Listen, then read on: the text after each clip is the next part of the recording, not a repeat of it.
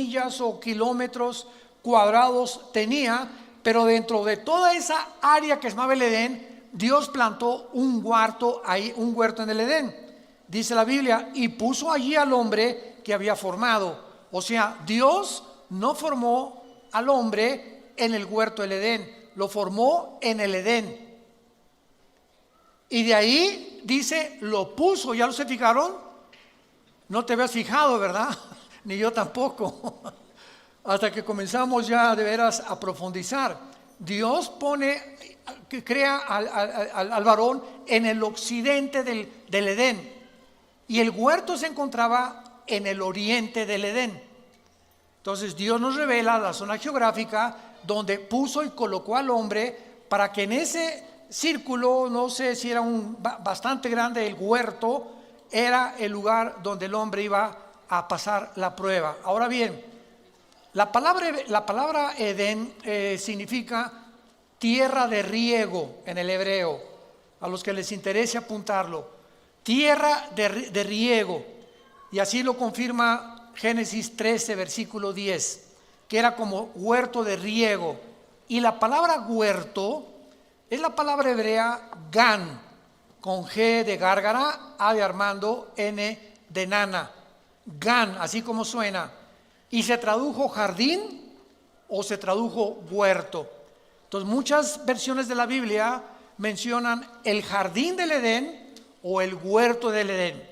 Son palabras sinónimas.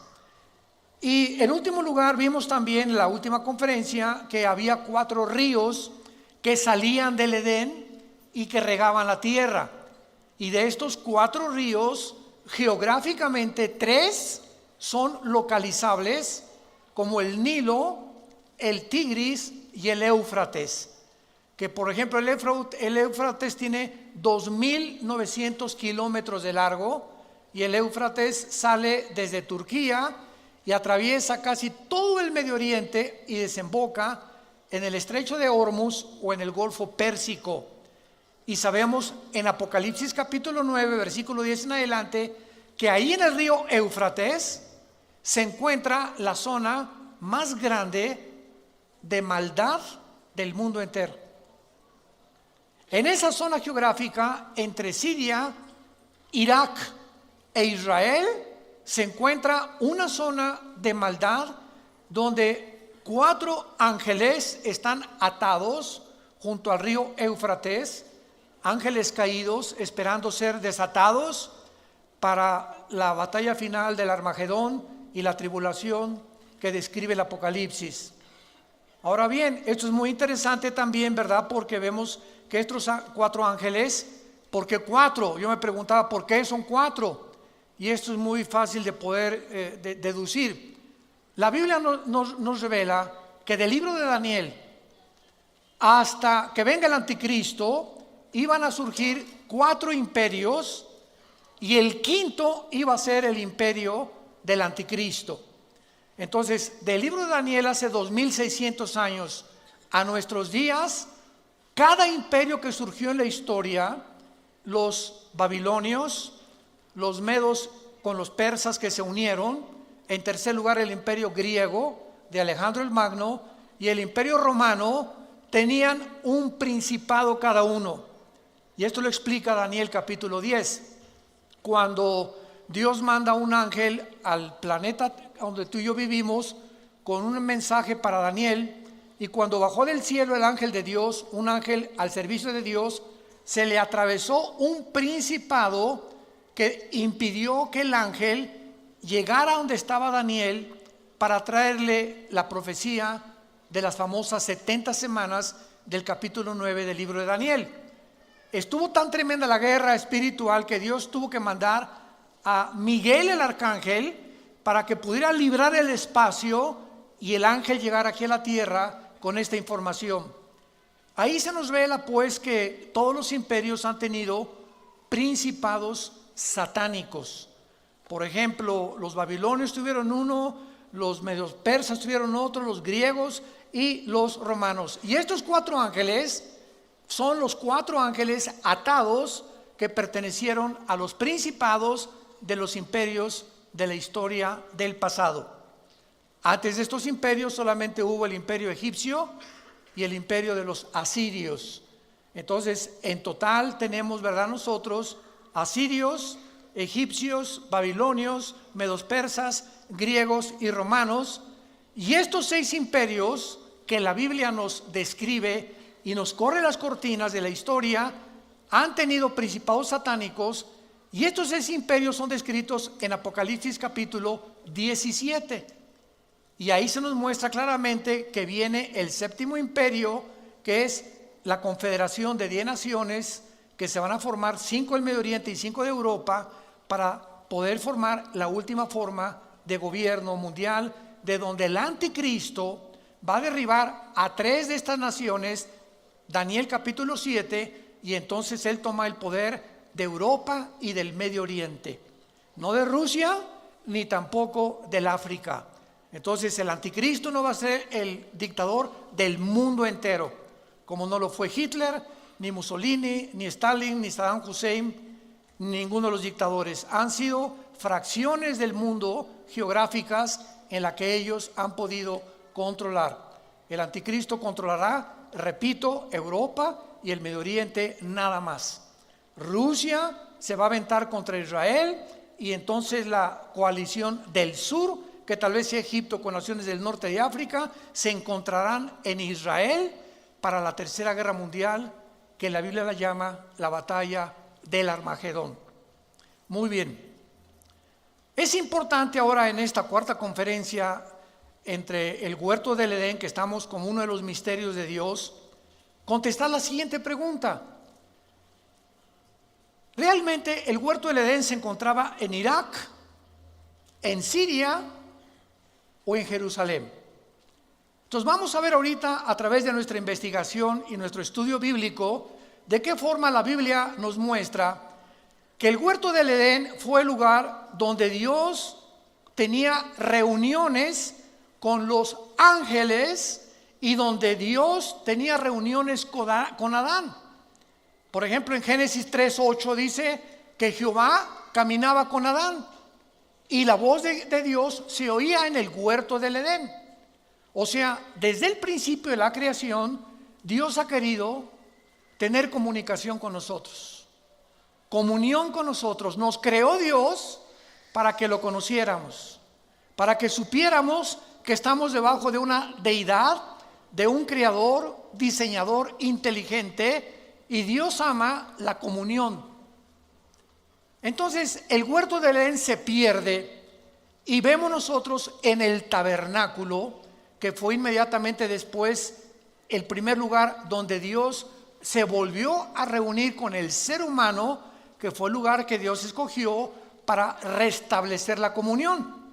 Entonces en el tabernáculo estaba el lugar santísimo, el lugar santo, el atrio o el patio, donde el sacerdote, sumo sacerdote, entraba en septiembre y octubre, que es el mes que nos corresponde al calendario hebreo, Tishri.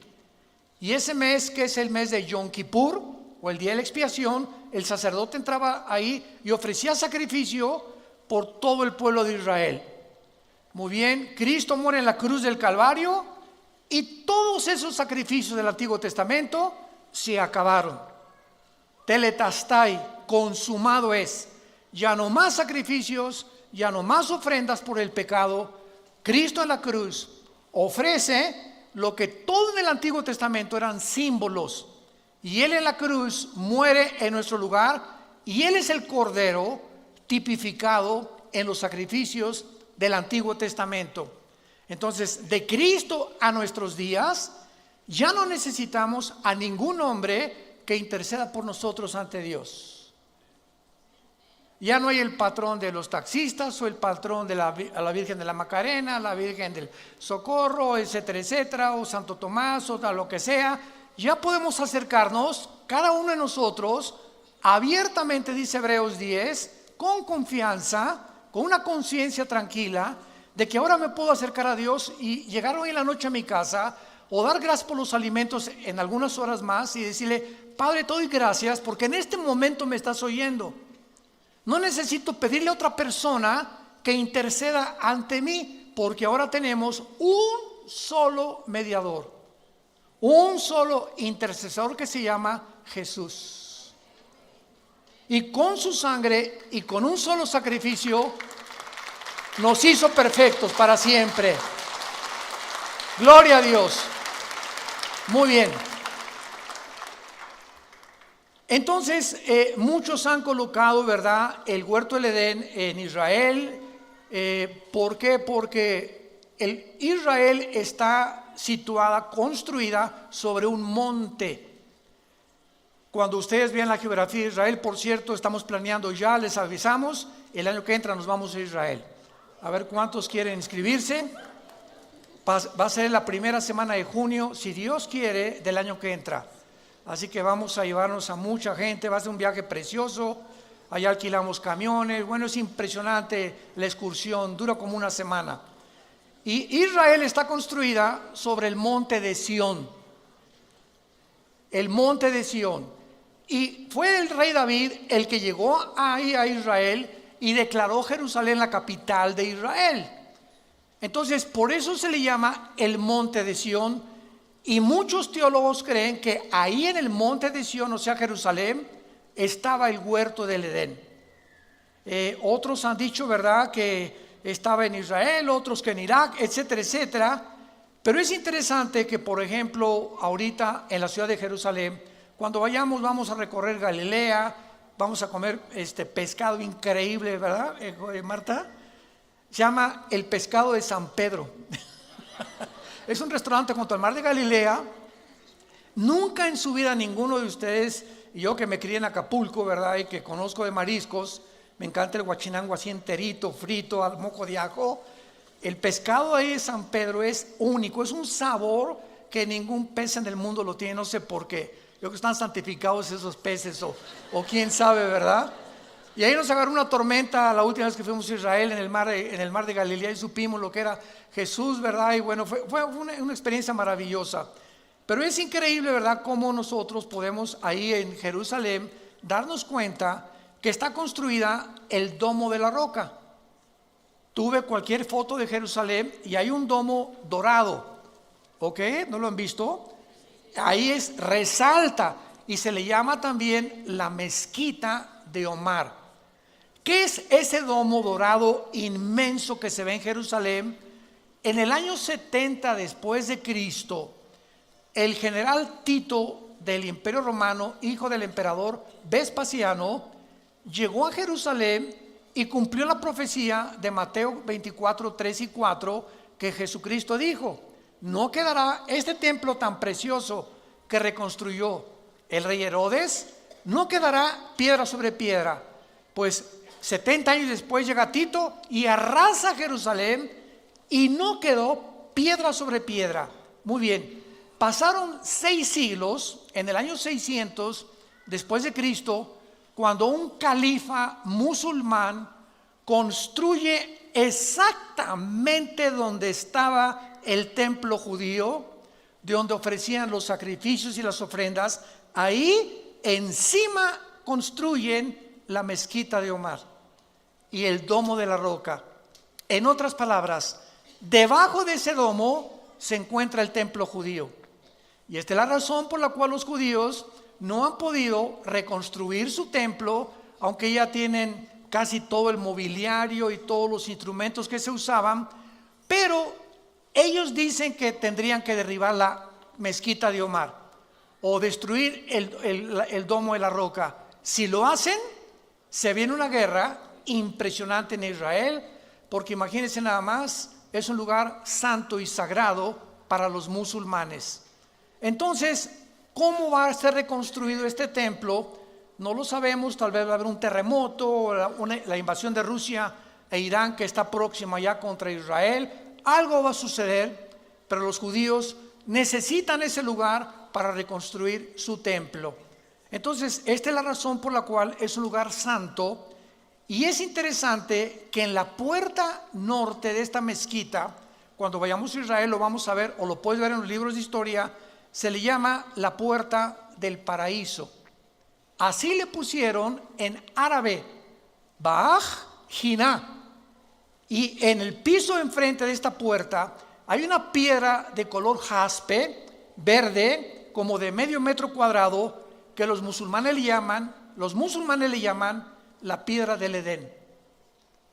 Entonces vamos a ver muchas cosas que son interesantes, tanto en la arqueología como en la historia, que apuntan sin lugar a dudas que el huerto del Edén efectivamente se encontró en la ciudad de Jerusalén, porque ahí comenzó la humanidad.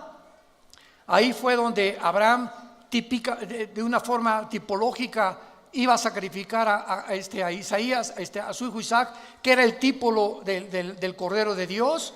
Ahí en Jerusalén Jesús vivió, murió, fue enterrado, resucitó. En Jerusalén ascendió hacia el cielo, y en Jerusalén terminará la humanidad. Por eso les digo, apúrense, vamos antes que se acabe todo. Ahí va a acabar la humanidad, de acuerdo a la Biblia. Zacarías 12, del 2 al 3, dice en Zacarías 12, capítulo 2, versículos 2 y 3, que Jerusalén se va a convertir en una piedra pesada para los pueblos que se congreguen en contra de ella, en el día en que Dios vaya a permitir que las naciones sitien a Jerusalén y venga la guerra del Armagedón. Apocalipsis 16, del 10 en adelante. Muy bien, ahora vamos a ver el terreno espiritual. Sabiendo que la ciudad de Jerusalén, todos estos antecedentes nos van a ayudar a llevar a una conclusión lógica, histórica y teológica.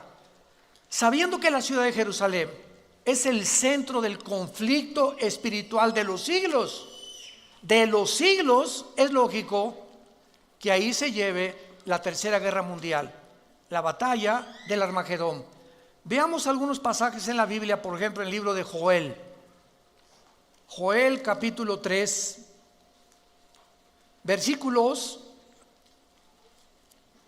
del 9 en adelante.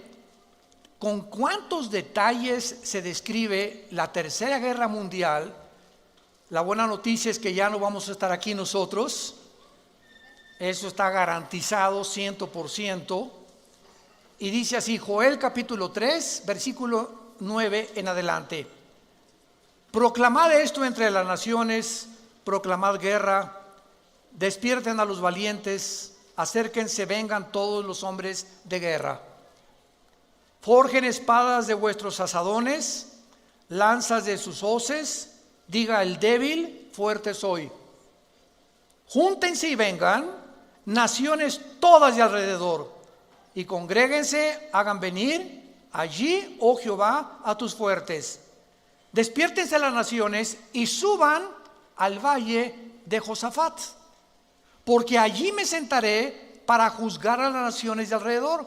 Acuérdense que este juicio está en Mateo 24 y 25, cuando Dios va a separar a los cabritos de las ovejas en su segunda venida al mundo.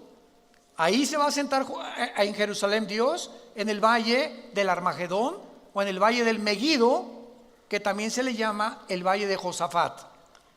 Echad la hoz porque la mies está madura, vengan, descender porque el lagar está lleno. Rebosen las cubas porque mucha es la maldad de ellos. Muchos pueblos en el valle de la decisión, es otro nombre para el valle del Armagedón, porque cercano está el día de Jehová. Siempre que vean ustedes en el Antiguo Testamento, siempre, sin excepción, el día de Jehová, el día de la ira de Jehová, son los 7 años de la tribulación. Es el día futuro donde Dios juzgará finalmente a Israel y donde el mundo, si Jesucristo no regresa, estaríamos a punto de autoextinguirnos, de autodestruirnos. El sol y la luna, versículo 15, se oscurecerán y las estrellas retraerán su resplandor. Y Jehová rugirá desde Sión, o sea, desde Jerusalén, y dará su voz desde Jerusalén. Temblarán los cielos y la tierra, pero Jehová será la esperanza de su pueblo y la fortaleza de los hijos de Israel. Y conocerán que yo soy Jehová, vuestro Dios, que habito en Sión, o sea, en el monte de Sión, que es otro nombre para Jerusalén. Mi santo monte, y Jerusalén será santa, y extraños no pasarán más por ella. Vemos pues claramente el lugar geográfico que Dios ha determinado, donde se van a reunir todas las naciones del mundo. Van a venir los chinos del Medio Oriente, tal vez con Corea del Norte o con Filipinas y Tailandia, naciones del Medio Oriente. Van a venir del sur, con países africanos, tal vez Libia, Sudán, Marruecos, etcétera, etcétera. Europa, el anticristo va alarmado a juntarse ahí también con su ejército, y ahí será el momento en el que Jesucristo descienda antes que nos acabemos todos en la tercera guerra mundial. Y la Biblia profetiza que cuando Jesucristo descienda en la segunda venida, los únicos sobrevivientes en este planeta serán una tercera parte de los humanos. Cuando Jesucristo regrese, solo una tercera parte sobrevivirá a las guerras antes de la tercera guerra mundial. Ahorita la próxima guerra que la Biblia profetiza es Irán atacando a Israel. Qué interesante que ya hace 2-3 semanas hay una tensión tremenda entre Irán y Estados Unidos. El presidente Trump ya les avisó, ¿verdad? No los van a amenazar. El Ayatollah Khomeini Rouhani, el presidente de Irán, acaba de declarar que ellos no van a soportar ni a tolerar más presiones económicas que ya ahorita dictaminó el gobierno norteamericano contra Irán, para poder bajarle 3 rayitas al buque petrolero que en el Golfo Pérsico hace una semana le hicieron un boquete tremendo los iraníes, y que no lo pueden permitir por ser aguas internacionales donde fluye casi el 35% del petróleo al occidente. Y Estados Unidos dijo: no lo podemos seguir permitiendo que se apoderen del Golfo Pérsico, porque si lo cierra Irán, que es la frontera con Irán, el Golfo Pérsico, afectan al mundo entero. El petróleo se va a $500 tal vez por barril, viene una economía desastrosa en el mundo, y todo por ese lugar geográfico donde Estados Unidos ya mandó un portaaviones y aviones y barcos de guerra con los nuevos aviones F-35, ya no son los F-21, y donde están tratando de evitar que esta profecía se cumpla, pero se va a cumplir de todas maneras, porque de acuerdo a la Biblia, Estados Unidos va a pasar a segundo y tercer plano en su supremacía política, económica y militar. ¿De qué les estoy hablando? De que Estados Unidos va a pasar a segundo o tercer nivel por 3 razones. Una, pueden ser por ataques terroristas, que puedan bombardear Washington, que puedan bombardear el Capitolio, y que pueda venir una economía desastrosa para Estados Unidos. Número 2, que venga el arrebatamiento de la iglesia. En el arrebatamiento de la iglesia se calcula que el 40% en Norteamérica son cristianos, en Europa el 0.05. Así que cuando venga el rapto de la iglesia, los europeos ni se van a dar color, como dicen los muchachos, ¿verdad? Ni en cuenta, porque pues ya el cristianismo es impresionante. El ateísmo y el racionalismo francés y alemán predomina completamente en Europa desde hace 50 años aproximadamente. Y en tercer lugar, la deuda externa de Estados Unidos alcanza ahorita los 23 trillones de dólares. 23 trillones de dólares. ¿Saben ustedes, para que tengan idea, cuánto es $1 trillón? Si tú comienzas a contar $1 de aquí a 250 años, no alcanzas a contar $1 trillón. Para que lo compares con lo que tienes en el cochinito en tu casa, en nuestra alcancía. Entonces, Estados Unidos no puede permanecer. Ahora bien, en el momento en que algo sucede en Estados Unidos, en esta época que estamos viendo, no sabemos cuándo, en ese momento Rusia aparece en las profecías de la Biblia con China y con Irán. Ezequiel capítulo 38 del 1 al 6. Irán aparece con el nombre en la Biblia de Persia, y Persia se le cambió el nombre a Irán en 1935, a la República Islámica de Irán. Entonces vemos nosotros que cuando venimos a la Biblia, no es un libro de leyendas como dice la gente, ni Aladino en el país de las maravillas. La Biblia está respaldada por la arqueología, por la paleontología, por la antropología, por la química, por la genética, por la biología, por la física, por cualquier disciplina que tú me quieras mencionar, y cualquier persona que se atreva. Es un libro hecho por hombres y está lleno de contradicciones. Siempre la pregunta es, ¿ya lo leíste? Cabeza ¿de qué le decimos? Para no decir ya nada, ¿verdad? De aguacate me dijeron. Bueno, por favor, entonces estamos en un mundo donde la gente está comenzando a hablar cosas sin sentido y donde los medios de comunicación están propagando cosas espantosas. ¿Por qué? Porque para que lleguemos al punto que la Biblia profetizó, antes de que nosotros naciéramos y antes de que pudiéramos comprender que los profetas hebreos hablaron al pie de la letra todo lo que profetizaron, el mundo tiene que llegar, escúcheme con mucho cuidado, a la destrucción de la familia. Tenemos que decir que hay una luz y la iglesia es la luz. No hay nadie más que la iglesia cristiana como la luz del mundo. Tenemos que alumbrar y tenemos que ayudar a tanta gente que están autodestruyéndose por una mala información. Muy bien, veamos en Éxodo capítulo 25 de qué forma en el huerto del Edén o en el jardín del Edén, pues era un lugar geográfico con plantas, con manzanas, con frutas, etcétera, etcétera. Y nos quedamos en la que Dios tenía su comunión ahí con el ser humano, y el intento de Dios de restablecer la comunión con nosotros y decirnos cuál es el camino. Hizo el tabernáculo Moisés, y el tabernáculo tenía dentro un menorá, era como una lámpara de 7 brazos que representaba el huerto del Edén. El menorá representaba el huerto del Edén. Y veámoslo por qué.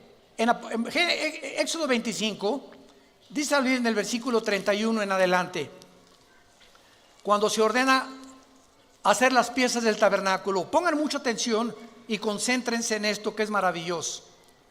Harás también un candelero de oro puro, labrado a martillo se hará el candelero, en pie su caña. ¿Qué es una caña? Es el tronco. Sus copas, que son las copas de las flores, sus manzanas y sus flores serán de lo mismo. ¿Habías notado eso? Que cada uno de los pilotes del candelero simbolizaban árboles. Hablando de los árboles que tenemos aquí adentro, las neuronas. Vean ustedes a continuación, saldrán 6 brazos de sus lados, 3 brazos del candelero a un lado, 3 brazos del otro, 3 copas en forma de flor de almendro, una manzana y una flor, 3 copas en flor de almendro, forma de flor de almendro, otro brazo, una manzana, una flor, así en los brazos que salen del candelero. Vemos nosotros que el candelero, que era la luz, era la forma en la que Dios estaba comunicándonos. Los expulsé del huerto del Edén, el jardín que les preparé porque les amo, y quiero decirles a ustedes en la construcción del candelero que no me he olvidado de ustedes. Les doy la representación del candelero ahora dentro del tabernáculo, para que puedan ustedes en su corazón recordar que soy un Dios que te ha amado con amor eterno y que no me he olvidado de ti. Cuando alguien se olvida de Dios, eres tú. Dios nunca se olvida de nosotros. Cuando alguien abandona a Dios, eres tú, no es Dios el que nos abandona. Dios nos dice: estaré contigo, no temas, nunca te dejaré ni te desampararé. Cuando sentimos que Dios nos ha abandonado, no es Él que nos ha abandonado, somos nosotros. Y al aislarnos de Dios, comenzamos a sentir el coraje. Cuando nosotros somos los culpables de perder la comunión con Él en la Biblia, y lo comenzamos a culpar de lo que nos está atravesando. Ya Dios nos pitó, ya me olvidó. Doña Chole, ahí está en el hospital. Ay, hermano pastor, nadie me ha visitado en el hospital. Me acaban de comunicar que tengo cáncer. Ya Dios me abandonó. Doña Chole, cuando Jesús moría en la cruz, ¿dónde estaba Dios? Podríamos decir, fue lo que dijeron los fariseos. ¿Cómo es posible, y los griegos, que este hombre se diga hijo de Dios? Si fuera hijo de Dios, Dios haría algo por él. Sin embargo, detrás de esa cruz y de ese sacrificio y de ese guiñapo humano en el que el Hijo de Dios se convirtió, se encontraba la sabiduría de Dios, el poder y el amor de Dios. Pero ¿cómo se podría interpretar así cuando un hombre ensangrentado moría en la cruz? Porque los pensamientos de Dios no son nuestros pensamientos, ni sus caminos son nuestros caminos. ¿Tú quieres con tu mente intelectual tratar de comprender a Dios? ¿Y quieres que Él piense como tú piensas? Es que si yo fuera Dios no haría esto. Y si yo permitiera a Dios, yo pensaría de otra manera. Claro que sí, cerebro de caracol y de chapulín.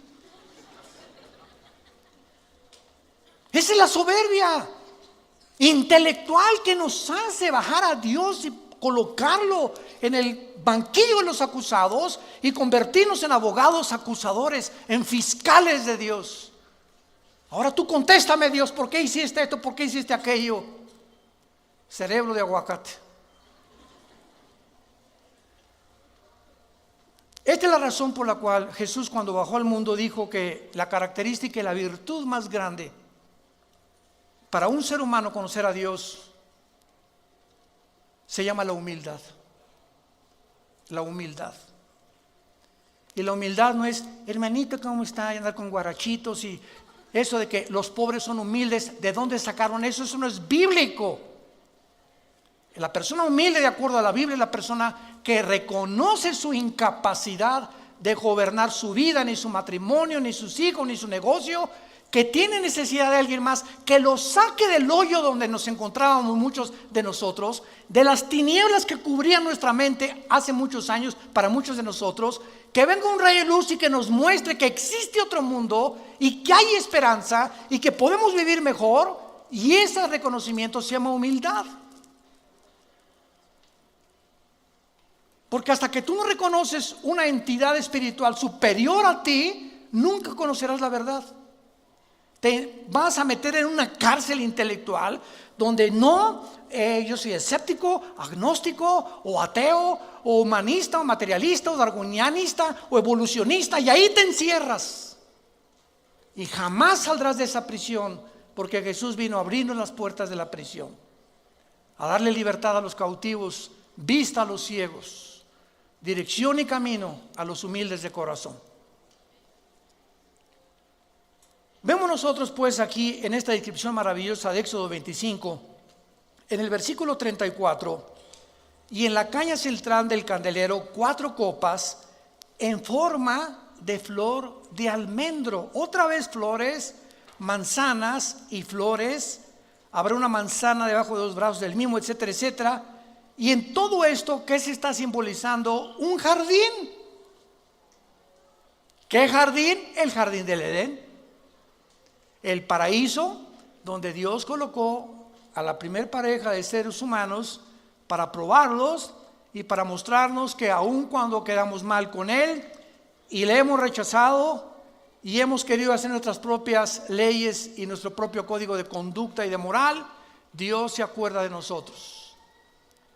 Muchos de ustedes que nos oyen por la televisión y los medios masivos de comunicación, o los que han venido aquí en la asistencia, no has venido por coincidencia. Quiero decírtelo de una vez. Tú no has venido aquí a escuchar a un hombre, has venido a escuchar lo que la Biblia dice acerca de tu vida, de mi vida y del futuro. Y has venido a escuchar dónde se encuentra la medicina para que salgas del hoyo donde te encuentras. Hace muchos años dicen que un hombre se encontraba en un pozo. Y pasó un hombre y le dijo, ahí te va estas reglas de ética, léelas. Y luego pasó otro hombre y le dijo, le sobó la cabecita y le dijo, te deseo lo mejor, que salgas pronto. Y pasó un tercer hombre y le dio la mano y lo sacó del pozo. El primer hombre fue Confucio, el segundo hombre fue Buda y el tercero hombre fue Jesús.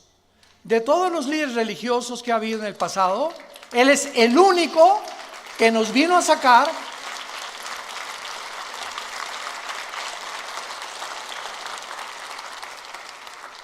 Jesús no solamente vino a darnos reglas, códigos de conducta, que son maravillosos como el de Confucio, Mahatma Gandhi, etcétera, etcétera. Él vino a sacarnos, a darnos la mano y decir: te saco primero y después te instruyo para que te mantengas y no vuelvas a caer en el pozo de donde te saqué.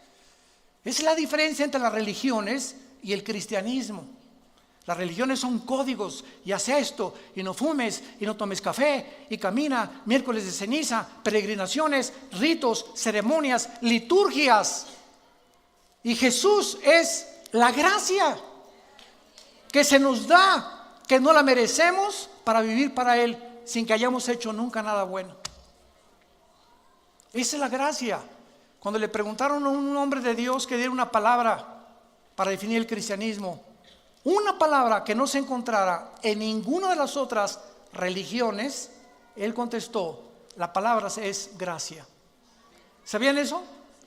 La palabra gracia en ninguna religión se encuentra más que en la Biblia, porque por gracia somos salvos por medio de la fe, y esto no es de nosotros, porque es un don de Dios, para que nadie se gloríe.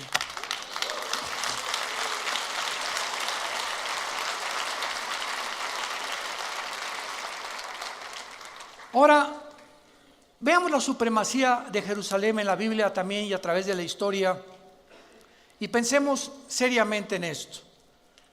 ¿Por qué Dios declara en la Biblia a Jerusalén el centro de las naciones?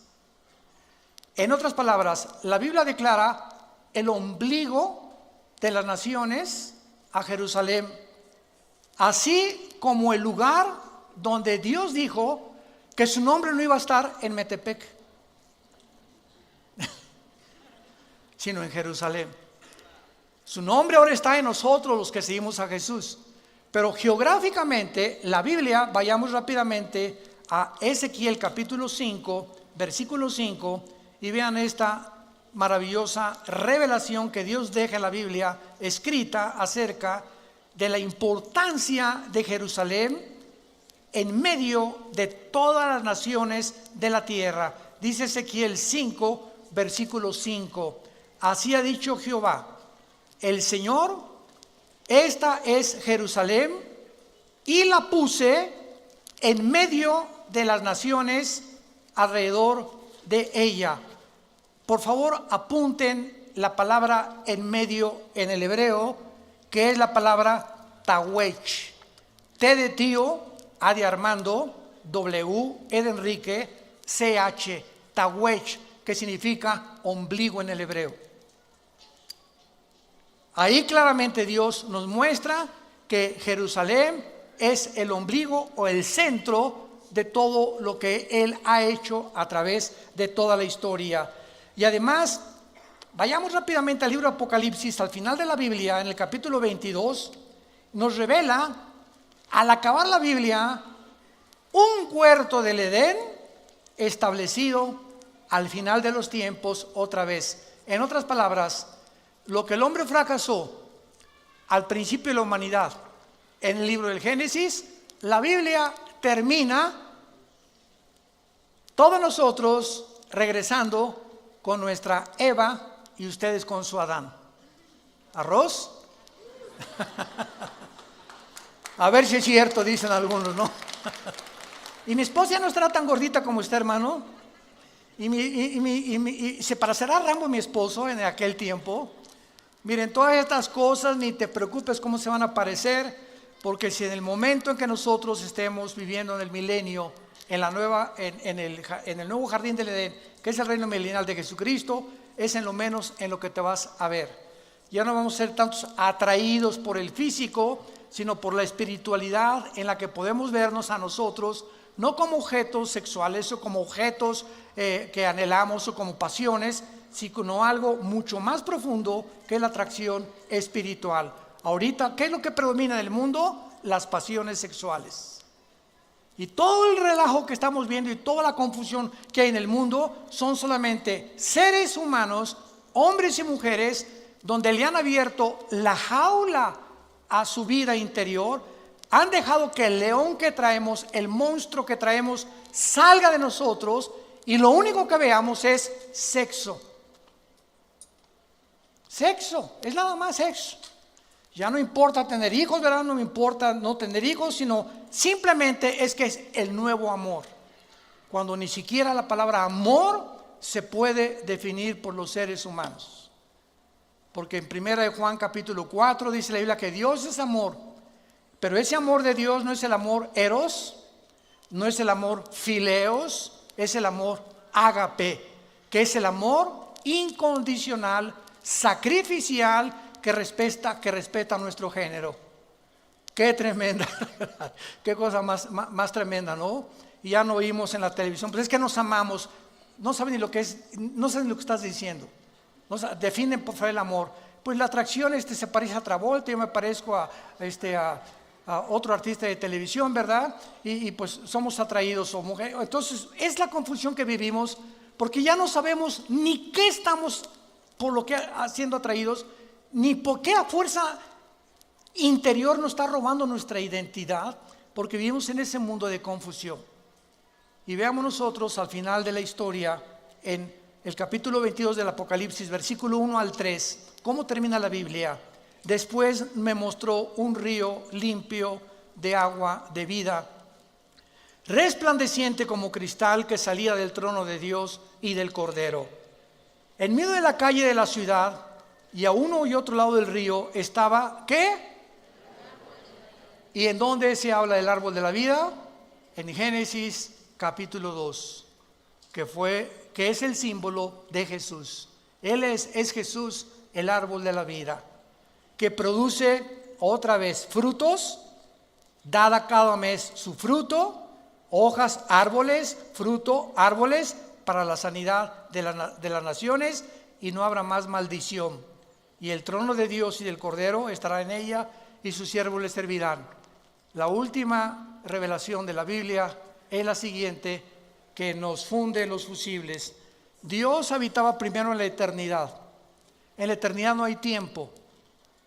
La eternidad, cuando Einstein postuló el tiempo como una forma de la cuarta dimensión, vemos nosotros que el tiempo tuvo un inicio, Génesis 1, la materia y el espacio tuvieron un inicio físicamente, cuantitativamente y cuánticamente, y vemos nosotros que ese espacio, materia y tiempo donde nosotros vivimos ahorita se va a terminar.